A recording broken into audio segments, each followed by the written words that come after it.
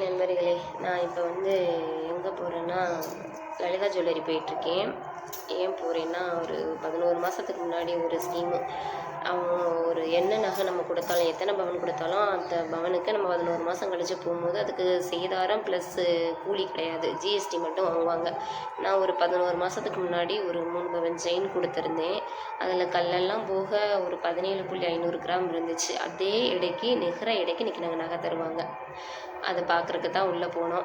உள்ளே போய் நிறையா மாடல் இருந்துச்சு. அதே எடைக்கு அதே கிராமுக்கு எடுக்கணும்னு சொன்னாங்க. ஏதோ திரட்டி பார்த்து ஒரு ஜுவல் எடுத்தாச்சு. சூப்பராக இருந்துச்சு. அதே எடுத்தது போக மிச்சம் இருக்கிற கிராமுக்கு தம்பிக்கு ஒரு ரிங்கும், பாப்பாவுக்கு ஒரு சின்ன காதுக்கு வளையமும் எடுத்துட்டு திரும்பியாச்சு. ஓகே, இந்த மாதிரி ஸ்கீம் உங்களுக்கு வேணும்னா லலிதா ஜுவல்லரி போங்க. நல்லபடியாக செஞ்சு கொடுப்பாங்க. சூப்பராக இருந்துச்சு. எனக்கு நான் போட்டிருக்க அந்த மாடல் நெக்லஸ் நல்லா இருந்துச்சுன்னா கமெண்ட் பண்ணுங்கள். என்னோடய சேனலை ஃபஸ்ட் டைம் பார்க்குறாருந்தா சப்ஸ்கிரைப் பண்ணி, லைக் பண்ணி, ஷேர் பண்ணுங்கள். எல்லாருமே வந்து பார்க்குறீங்க, எனக்கு வியூஸ் போகுது, ஆனால் கமெண்ட் எதுவுமே வர மாட்டேங்குது.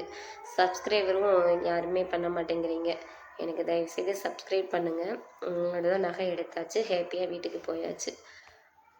நகை எடுத்ததுக்கப்புறம் ஒரு சின்னதாக ஸ்டில்லு. அக்கா பொண்ணு, அக்கா எல்லாருமே வந்திருந்தாங்க. என்னென்ன எடுத்தேன்னு பாருங்களேன். இதுதான் நான் எடுத்த பாப்பாவுக்கு எடுத்த வளையம். இது என்னோடய நெக்லஸ்ஸு, அது ரிங்கு. நல்லா இருந்துச்சுன்னா கமெண்ட் பண்ணுங்கள். உங்களுக்கும் இந்த மாதிரி ஸ்கீம் வேணும்னா ராம்நாடில் இருக்கிற லலிதா ஜுவல்லரிக்கு போங்க. லலிதா ஜுவல்லரிக்கில் நிறையா பக்கம் இருக்குது. நான் வந்து ராம்நாடுனால நான் ராம்நாடு போய் எடுத்தேன். பாய். ஓகே, அடுத்த நெக்ஸ்ட் வீடியோவில் பார்ப்போம்.